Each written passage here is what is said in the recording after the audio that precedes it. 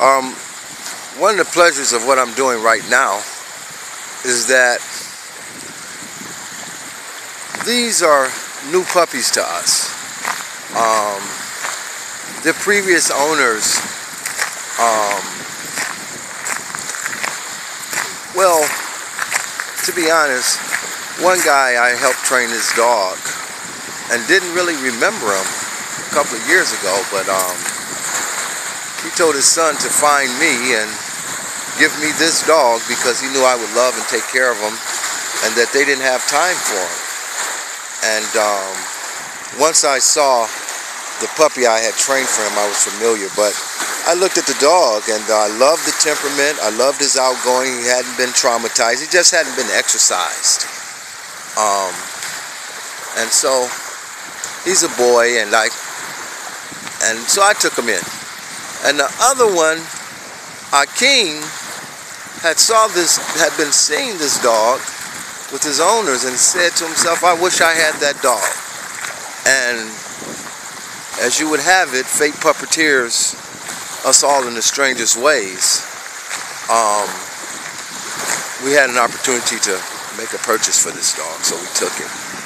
And it's kind of ironic because we were just talking about we needed a boy and a girl pit that was not familiar with our two separate packs we have. He has multiple dogs, so do I. And so we keep them separated from both packs. And we're going to create another pack with these two here.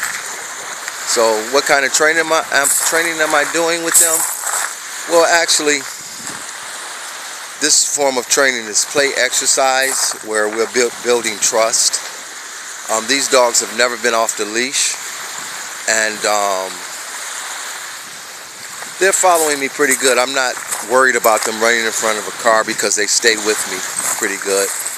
I just wanted them to come off the leash and have some fun, build trust, bonding together as a pack.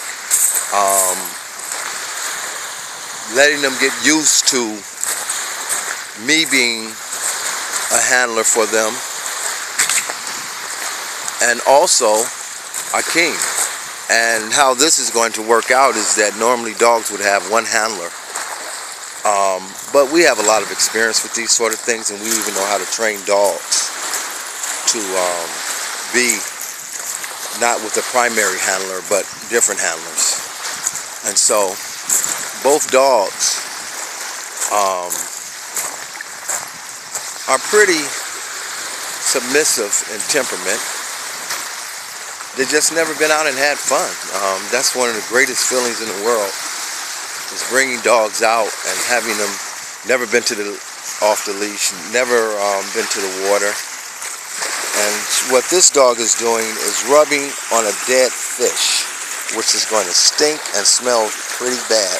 Now, why is she doing that? Every dog behavior, no dog has any wrong behavior. Everything a dog does is basically out of instincts. And instincts is nature, and nature is a manifestation of God. So we can't say this dog is doing something wrong, but we don't want a dog smelling like fish. Now, back to the question, why does an animal do that? Well, the reason why they do it is for two reasons that I know. One is to throw off, because dogs are hunting animals, fight animals. One reason is to claim the prey.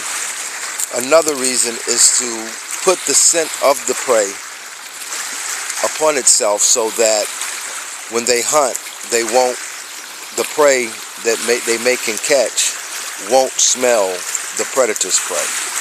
But we're going to try to get her in some water, and I'm going to dry shampoo her when I get her back, so that fish smell won't be in the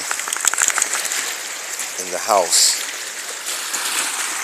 And eventually we'll break her from that. Right now I'm just monitoring their behavior,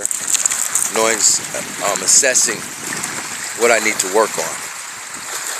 A lot of times when people come in contact with new dogs, particularly puppies, that like she's I believe, 12 months, a year. And Nino is 9 months. So they're basically puppies and they have to learn. But if you want to teach them right and you want to teach them correctly, first you have to build trust and you have to be fair. You have to be understanding. And that's one of the main things about being with animals, is that it teaches you to develop your character in such a way where you're fair. You have to be fair. To get the respect of an animal, you must be fair, particularly when you're dealing with multiple dogs. You can't treat one dog different than how you treat the other dog. Even though they have different personalities, they basically have same instinctual needs. And you have to be fair. You have to let them know that their needs are going to be met. Once a dog knows his instinctual needs are going to be met through you, you can pretty much bet that that dog will follow you, not just because you're feeding it, but because the dog respects you. The animals the animals respecting the handler is very important.